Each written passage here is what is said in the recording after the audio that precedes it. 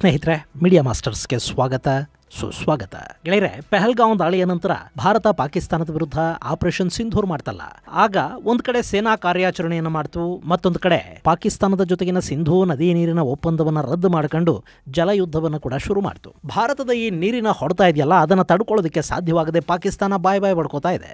ಅವರಿಗೆ ಮಳೆಗಾಲ ಮುಗಿದ ಮೇಲೆ ಇನ್ನೂ ಒಂದಷ್ಟು ಸಮಸ್ಯೆಗಳಾಗತ್ವೆ. ಇನ್ನು ಈಗ ಭಾರತದ ಇದೇ ಮಾದರಿಯನ್ನ ಆಫ್ಘನಿಸ್ತಾನ ಕೂಡ ಅನುಸರಿಸ್ತಾ ಇದೆ. ಮೊನ್ನೆ ಪಾಕಿಸ್ತಾನದ ಮೇಲೆ ದಾಳಿ ಮಾಡಿ ಅವರು ಸೌದಿ, ಕತಾರ್ಗಳನ್ನು ಹುಡುಕೊಂಡು ಹೋಗಿ ಅಲ್ಲಿನ ದೊರೆಗಳಿಗೆ ಕಾಲು ಹಿಡಿದು ಬೇಡೋ ಪರಿಸ್ಥಿತಿಗೆ ತಂದ ಆಫ್ಘನಿಸ್ತಾನ ಈಗ ಪಾಕಿಸ್ತಾನಕ್ಕೆ ಭಾರತದ್ದೇ ಸ್ಟೈಲಲ್ಲಿ ನೀರು ನಿಲ್ಲಿಸೋದಕ್ಕೆ ಹೋಗ್ತಾ ಇದೆ. ಹಾಗಂತ ನಾವು ನೀರು ನಿಲ್ಲಿಸಿ ಬಿಡ್ತೀವಿ ಅಂತೇನೋ ಅವರು ಹೇಳ್ಕೊಳ್ಳೋದಕ್ಕೆ ಹೋಗ್ತಾ ಇಲ್ಲ. ಆದರೆ ಆಫ್ಘನಿಸ್ತಾನದಿಂದ ಪಾಕಿಸ್ತಾನಕ್ಕೆ ಹರಿಯುವ 2 ನದಿಗಳ ಮೇಲೆ ಡ್ಯಾಮ್ ನಿರ್ಮಾಣ ಮಾಡೋ ಕಾಮಗಾರಿಯನ್ನು ಅವರು ಶುರು ಮಾಡ್ತಾ ಇದ್ದಾರೆ. ಆಫ್ಘನಿಸ್ತಾನದ ಸರ್ವೋಚ್ಚ ನಾಯಕ ಆಖುಂಜಾದಾ ಬೇಗ ಡ್ಯಾಮ್ ಕಾಮಗಾರಿಯನ್ನು ಶುರು ಮಾಡೋದಕ್ಕೆ ಹೇಳಿದ್ದಾನೆ. ಹಾಗಾದರೆ ಅವರು ಎಲ್ಲಿ ಡ್ಯಾಮ್ ಕಟ್ಟೋದಕ್ಕೆ ಹೋಗ್ತಾ ಇದ್ದಾರೆ? ಆಫ್ಘನಿಸ್ತಾನದ ಈ ಡ್ಯಾಮುಗಳು ಪಾಕಿಸ್ತಾನಕ್ಕೆ ಹೇಗೆ ಸಮಸ್ಯೆಯನ್ನು ಉಂಟು ಮಾಡುತ್ತವೆ, ಬನ್ನಿ ನೋಡೋಣ. ಗೆಳೆಯರೆ, ಸಿಂಧೂ ಹಾಗೂ ಅದರ ಉಪನದಿಗಳ ನೀರು ನಿಂತು ಹೋದರೆ ಪಾಕಿಸ್ತಾನ ಹೈರಾಣಾಗಿ ಹೋಗುತ್ತೆ. ಪಾಕಿಸ್ತಾನದ ಪಂಜಾಬ್ ಹಾಗೂ ಸಿಂಧ್ ಪ್ರಾಂತ್ಯಗಳು ನೀರಿನ ಸಮಸ್ಯೆಗೆ ತುತ್ತಾಗತ್ವೆ. ಪಂಜಾಬಲ್ಲಿ ಕೃಷಿಗೆ ಬಿಡಿ, ಕುಡಿಯೋ ನೀರಿನ ಸಮಸ್ಯೆ ಉಂಟಾಗುತ್ತೆ. ಇನ್ನು ಅಲ್ಲಿ ನೀರನ್ನು ನಿಲ್ಲಿಸಲೇಬೇಕು ಅಂತಲೂ ಇಲ್ಲ. ಸಿಂಧೂ ನದಿಯಲ್ಲಿ ಹೆಚ್ಚುವರಿ ನೀರನ್ನು ಮಾಹಿತಿ ಕೊಡದೆ ಬಿಟ್ಟರೂ ಕೂಡ ಪಾಕಿಸ್ತಾನದಲ್ಲಿ ಪ್ರವಾಹಗಳುಂಟಾಗತ್ವೆ. ಪಾಕಿಸ್ತಾನ ಕೊಚ್ಕೊಂಡು ಹೋಗುತ್ತೆ. ಹೀಗಾಗಿನೇ ಏನಾದರೂ ಮಾಡಿ ಸಿಂಧೂ ನದಿ ನೀರಿನ ಒಪ್ಪಂದವನ್ನು ಭಾರತ ಮುಂದುವರಿಸುವ ಹಾಗೆ ನೋಡ್ಕೊಳ್ಳಿ ಅಂತ ಪಾಕಿಸ್ತಾನ ತನ್ನ ಎಲ್ಲ ಮಿತ್ರರ ನೆರವನ್ನು ಬೇಡ್ತಾ ಇದೆ. ಇದೇ ಸಂದರ್ಭದಲ್ಲಿ ಪಾಕಿಸ್ತಾನಕ್ಕೆ ಅಂಥದ್ದೇ ಒಂದು ಶಾಕ್ ಅನ್ನು ಕೊಡ್ತಾ ಇರೋದು ಆಫ್ಘನಿಸ್ತಾನ. ಗೆಳೆಯರೆ, 2021ರಲ್ಲಿ ತಾಲಿಬಾನ್ ಆಫ್ಘನಿಸ್ತಾನದ ಆಡಳಿತವನ್ನು ಕೈಗೆತ್ತಿಕೊಂಡಾಗ ಅವರ ಬಗ್ಗೆ ಸಾಕಷ್ಟು ಅನುಮಾನಗಳಿದ್ವು. 7ನೇ ಶತಮಾನಕ್ಕೆ ಆಫ್ಘನಿಸ್ತಾನವನ್ನು ಇವರು ತಗೊಂಡು ಹೋಗ್ತಾರೆ ಅಂತ ಅನ್ನಿಸ್ತಾ ಇತ್ತು. ಆ ಅನುಮಾನಗಳು ಸುಳ್ಳೇನೂ ಆಗಲಿಲ್ಲ. ಇವತ್ತಿಗೂ ಕೂಡ ಅಲ್ಲಿ ಮಹಿಳೆಯರ ಸ್ವಾತಂತ್ರ್ಯವನ್ನು ಕಿತ್ಕೊಂಡಿದ್ದಾರೆ. ಅಲ್ಲಿ ಮಹಿಳಾ ವೈದ್ಯರಿಲ್ಲ. ಮಹಿಳಾ ರೋಗಿಗಳನ್ನ ಪುರುಷ ವೈದ್ಯರು ನೋಡೋ ಹಾಗಿಲ್ಲ. ಹೀಗಾಗಿ ಅಲ್ಲಿನ ಮಹಿಳೆಯರು ವೈದ್ಯಕೀಯ ನೆರವು ಇಲ್ಲದ ಹಾಗೆ ನರಳಬೇಕಾಗಿ ಬರ್ತಾ ಇದೆ. ಹೆಣ್ಣು ಮಕ್ಕಳಿಗೆ ಶಿಕ್ಷಣವನ್ನು ಕಿತ್ಕೊಂಡಿದ್ದಾರೆ. ಬಿಡಿ, ಅದು ಬೇರೆಯದ್ದೇ ಕಥೆ. ಆದರೆ ಕೆಲ ವಿಷಯಗಳಲ್ಲಿ ಆಫ್ಘನಿಸ್ತಾನ ನಿರೀಕ್ಷೆಯನ್ನು ಮೀರಿ ಬುದ್ಧಿವಂತಿಕೆಯನ್ನು ಕೂಡ ತೋರಿಸ್ತಾ ಇದೆ. ಅವರಿಗೀಗ ಲೆಜಿಟಿಮೇಟ್ ಸರ್ಕಾರ ಅನ್ನೋ ಮಾನ್ಯತೆ ಬೇಕು. ಹೀಗಾಗಿ ಸಾಕಷ್ಟು ವಿಷಯಗಳಲ್ಲಿ ಅವರು ಕೂಡ ಕಾನೂನುಬದ್ಧ ಸರ್ಕಾರದ ಹಾಗೆ ವರ್ತಿಸೋದಕ್ಕೆ ಶುರು ಮಾಡಿದ್ದಾರೆ. ಮೊನ್ನೆ ನೋಡಿ, ಪಾಕಿಸ್ತಾನ ಆಫ್ಘನಿಸ್ತಾನದ ರಾಜಧಾನಿ ಕಾಬೂಲ್ ಮೇಲೆ ದಾಳಿ ಮಾಡ್ತು. ಅದಕ್ಕೆ ಪ್ರತೀಕಾರ ಹೇಳಬೇಕು ಅಂದ್ಕೊಂಡ ಆಫ್ಘನಿಸ್ತಾನ ಕೂಡ ಪಾಕಿಸ್ತಾನದ ಗಡಿಯಲ್ಲಿ ವಿಮಾನ ಹಾಗೂ ಡ್ರೋನ್ಗಳ ದಾಳಿಯನ್ನು ಮಾಡ್ತು. ಅಲ್ಲಿ ಗಮನಿಸಬೇಕಾದ ಅಂಶ ಏನು ಅಂದರೆ, ಪಾಕಿಸ್ತಾನ ತನ್ನ ದಾಳಿಗಳಲ್ಲಿ ಆಫ್ಘನಿಸ್ತಾನದ ಸಾರ್ವಜನಿಕರನ್ನ, ನಾಗರಿಕರನ್ನ ಕೊಂದು ಹಾಕ್ತೆ ಹೊರತು ಆಫ್ಘನಿಸ್ತಾನ ಎಲ್ಲೂ ಕೂಡ ಪಾಕಿಸ್ತಾನದ ನಾಗರಿಕರನ್ನ ಗುರಿಯಾಗಿಸ್ಕೊಂಡು ದಾಳಿ ಮಾಡಲಿಲ್ಲ. ಅವರು ಕೇವಲ ಪಾಕಿಸ್ತಾನದ ಸೇನೆಯನ್ನ, ಸೇನಾ ನೆಲೆಗಳನ್ನು, ಇಂಟೆಲಿಜೆನ್ಸ್ ಕಚೇರಿಗಳನ್ನು ಗುರಿ ಮಾಡಿಕೊಂಡು ದಾಳಿ ಮಾಡಿದರು. ಒಂದು ಸಾಂಪ್ರದಾಯಿಕ ಸೇನೆ ಹೇಗೆ ಕೆಲಸ ಮಾಡುತ್ತೋ ಹಾಗೆ ತಾಲಿಬಾನ್ನ ಸೇನೆ ವರ್ತಿಸಿದರೆ ಉಗ್ರರ ರೀತಿಯಲ್ಲಿ ಪಾಕಿಸ್ತಾನದ ಸೈನ್ಯ ವರ್ತನೆ ಮಾಡ್ತು. ಇನ್ನು ಈ ದಾಳಿಯನ್ನು ನಿಲ್ಲಿಸಿ ಸೀಸ್ ಫೈರ್ ಘೋಷಣೆ ಮಾಡಿ ಅಂತ ಕತಾರ್ ಹೇಳ್ತು, ಸೌದಿ ಹೇಳ್ತು. ಕತಾರ್ ಈ ಹಿಂದೆ ಕೂಡ ತಾಲಿಬಾನಿಗಳಿಗೆ ಆಶ್ರಯವನ್ನು ಕೊಟ್ಟಿದೆ. ಹಾಗೆ ಈಗಲೂ ಹಣಕಾಸಿನ ನೆರವನ್ನು ಕೊಡ್ತಾ ಇದೆ. ಈ ಭಾಗದಲ್ಲಿ ಕತಾರ್ ಒಂದು ಸಾಫ್ಟ್ ಪವರ್ ಥರ ಬೆಳೆದು ನಿಲ್ತಾ ಇದೆ. ಹೀಗಾಗಿನೇ ಪಾಕಿಸ್ತಾನ ಕತಾರ್ನ ನೆರವನ್ನು ಪಡ್ಕೊಳ್ಳೋದಕ್ಕೆ ಅಲ್ಲಿಗೆ ಹೋಗಿತ್ತು. ಗೆಳೆಯರೆ, ಒಂದು ಕಾಲ ಇತ್ತು, ಆಫ್ಘನಿಸ್ತಾನದ ವಿಷಯದಲ್ಲಿ ಏನಾದರೂ ಬೇಕು ಅಂದರೆ ಜಗತ್ತು ಪಾಕಿಸ್ತಾನದ ಕಡೆ ಮುಖ ಮಾಡ್ತಾ ಇತ್ತು. ಆದರೆ ಇವತ್ತು ಪರಿಸ್ಥಿತಿ ಎಷ್ಟು ಬದಲಾಗಿದೆ ಅಂದರೆ, ಪಾಕಿಸ್ತಾನ ಕೂಡ ಆಫ್ಘನಿಸ್ತಾನದ ಜೊತೆ ನಮಗೆ ರಾಜಿ ಮಾಡಿಸಿ ಅಂತ ಕತಾರ್ ಒಳಗೆ ಹೋಗಬೇಕಾಗಿ ಬಂತು. ಇನ್ನು ಯುದ್ಧ ನಿಲ್ಲಿಸಿ ಅಂತ ಕತಾರ್ ಹೇಳಿದ ಮೇಲೆ ತಾಲಿಬಾನಿಗಳು ಅದಕ್ಕೆ ಒಪ್ಪಿದ್ರು. ತಕ್ಷಣ ಸೀಸ್ ಫೈರ್ ಮಾಡಿದರು. ಇದಾದ ನಂತರ ಕೂಡ ಒಂದಷ್ಟು ಕಡೆಗಳಲ್ಲಿ ಕದನ ವಿರಾಮದ ಉಲ್ಲಂಘನೆ ಮಾಡಿದ್ದು ಪಾಕಿಸ್ತಾನವೇ ಹೊರತು ತಾಲಿಬಾನ್ ಅಲ್ಲ. ಇನ್ನೀಗ ತಾಲಿಬಾನ್ ಪಾಕಿಸ್ತಾನಕ್ಕೊಂದು ಶಾಕ್ ಕೊಡೋದಕ್ಕೆ ಹೋಗ್ತಾ ಇದೆ, ಅದು ಕೂಡ ಕಾನೂನುಬದ್ಧವಾಗಿ. ಅಕಸ್ಮಾತ್ ಅದನ್ನು ಮಾಡೋದಕ್ಕೆ ತಾಲಿಬಾನಿಗಳಿಗೆ ಸಾಧ್ಯ ಆಗಿಬಿಟ್ರೆ ಪಾಕಿಸ್ತಾನ ನೀರಿಲ್ಲದೆ ನರಳಬೇಕಾಗತ್ತೆ. ಅದರಲ್ಲೂ ಖೈಬರ್ ಭಾಗದಲ್ಲಿನ ಜನ ಕುಡಿಯುವ ನೀರಿಗೆ, ಕೃಷಿಗೆ ನೀರಿನ ಅಭಾವವನ್ನು ಎದುರಿಸಬೇಕಾದ ಸನ್ನಿವೇಶ ನಿರ್ಮಾಣ ಆಗುತ್ತೆ. ಹಾಗೆ ಪಾಕಿಸ್ತಾನದ ಜಲವಿದ್ಯುತ್ ಸ್ಥಾವರಗಳು ಕೆಲಸ ನಿಲ್ಲಿಸಬೇಕಾಗಿ ಬರುತ್ತೆ ಮತ್ತು ಪಶ್ಚಿಮ ಭಾಗದ ಪಾಕಿಸ್ತಾನ ಕತ್ತಲಲ್ಲಿ ಮುಳುಗಿ ಹೋಗುತ್ತೆ. ಇನ್ನು ಇಲ್ಲಿ ಆಫ್ಘನಿಸ್ತಾನ ಏನು ಮಾಡೋದಕ್ಕೆ ಹೋಗ್ತಾ ಇದೆ ಅನ್ನೋದು ನಿಮಗೆ ಅರ್ಥ ಆಗಿದೆ ಅಲ್ವಾ? ತನ್ನ ನೆಲದಿಂದ ಪಾಕಿಸ್ತಾನಕ್ಕೆ ಹರಿಯುವ ಕುನಾರ್ ಮತ್ತು ಕಾಬೂಲ್ ನದಿಗಳ ಮೇಲೆ ಅವರು ಡ್ಯಾಮ್ ಕಟ್ಟೋ ನಿರ್ಧಾರವನ್ನು ಕೈಗೊಂಡಿದ್ದಾರೆ. ಹಾಗಂತ ಆ ನದಿಗಳ ನೀರನ್ನು ನಾವು ನಿಲ್ಲಿಸ್ತೀವಿ ಅಂತ ಆಫ್ಘನಿಸ್ತಾನ ಎಲ್ಲೂ ಹೇಳಿಲ್ಲ. ಅಲ್ಲಿ ರದ್ದು ಮಾಡಿಕೊಳ್ಳೋದಕ್ಕೆ 2 ದೇಶಗಳ ನಡುವೆ ಯಾವ ಜಲ ಒಪ್ಪಂದಗಳೂ ಇಲ್ಲ. ಆದರೆ ಜಸ್ಟ್ ಅವರು ಡ್ಯಾಮ್ ಕಟ್ಟಿದ್ರೂ ಸಾಕು, ಪಾಕಿಸ್ತಾನದ ನೆಲ ಬರಡಾಗ್ತಾ ಹೋಗುತ್ತೆ. ಗೆಳೆಯರೆ, ಈ ಕುನಾರ್ ಹೆಸರಿನ ನದಿ ಇದೆಯಲ್ಲ, ಇದು ಪಾಕಿಸ್ತಾನಕ್ಕೆ ದೊಡ್ಡ ಪ್ರಮಾಣದ ನೀರನ್ನು ಸೇರಿಸುತ್ತೆ. ಹಿಂದೂಕುಷ್ ಪರ್ವತಗಳಲ್ಲಿ ಹುಟ್ಟುವ ಈ ನದಿಯನ್ನು ಚಿತ್ರಾಲ್ ನದಿ ಅಂತ ಕೂಡ ಕರೀತಾರೆ. ಯಾಕೆಂದರೆ ಇದು ಚಿತ್ರಾಲ್ ಜಿಲ್ಲೆಯ ಸಮೀಪ ಉಗಮಗೊಳ್ಳುತ್ತೆ. ಸುಮಾರು 480 ಕಿಲೋಮೀಟರ್ ಉದ್ದ ಹರಿಯುವ ಈ ನದಿಯ ನೀರಿನ ಮೂಲ ಹಿಮ ಸರೋವರಗಳು ಹಾಗೂ ಅಲ್ಲಿ ಕರಗುವ ಹಿಮ.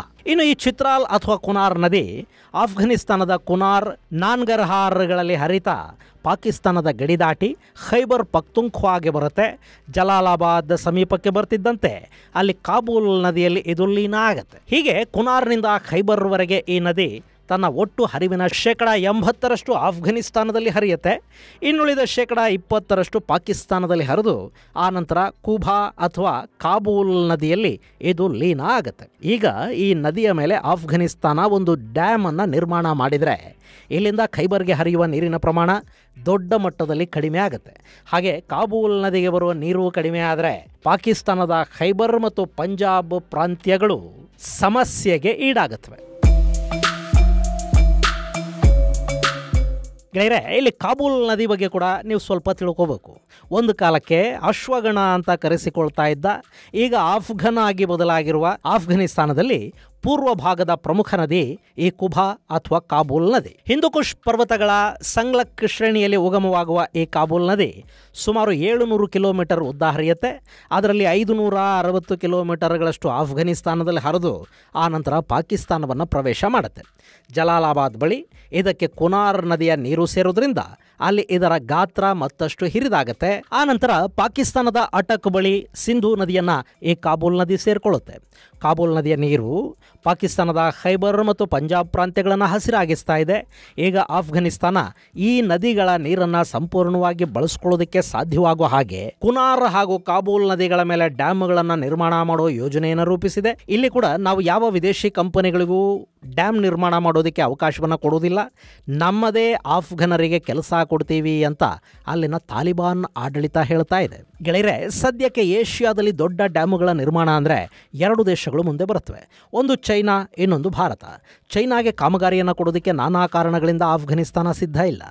ಹಾಗೆ ಭಾರತಕ್ಕೆ ಈ ಕಾಮಗಾರಿಯನ್ನು ಮಾಡೋದಕ್ಕೆ ಕೊಟ್ಟರೆ ಪಾಕಿಸ್ತಾನ ಕಿರಿಕ್ ಶುರು ಮಾಡುತ್ತೆ. ಭಾರತದ ಮಾತು ಕೇಳ್ಕೊಂಡೇ ಆಫ್ಘನಿಸ್ತಾನ ನಮ್ಮ ನೀರನ್ನು ನಿಲ್ಲಿಸ್ತಾ ಇದೆ.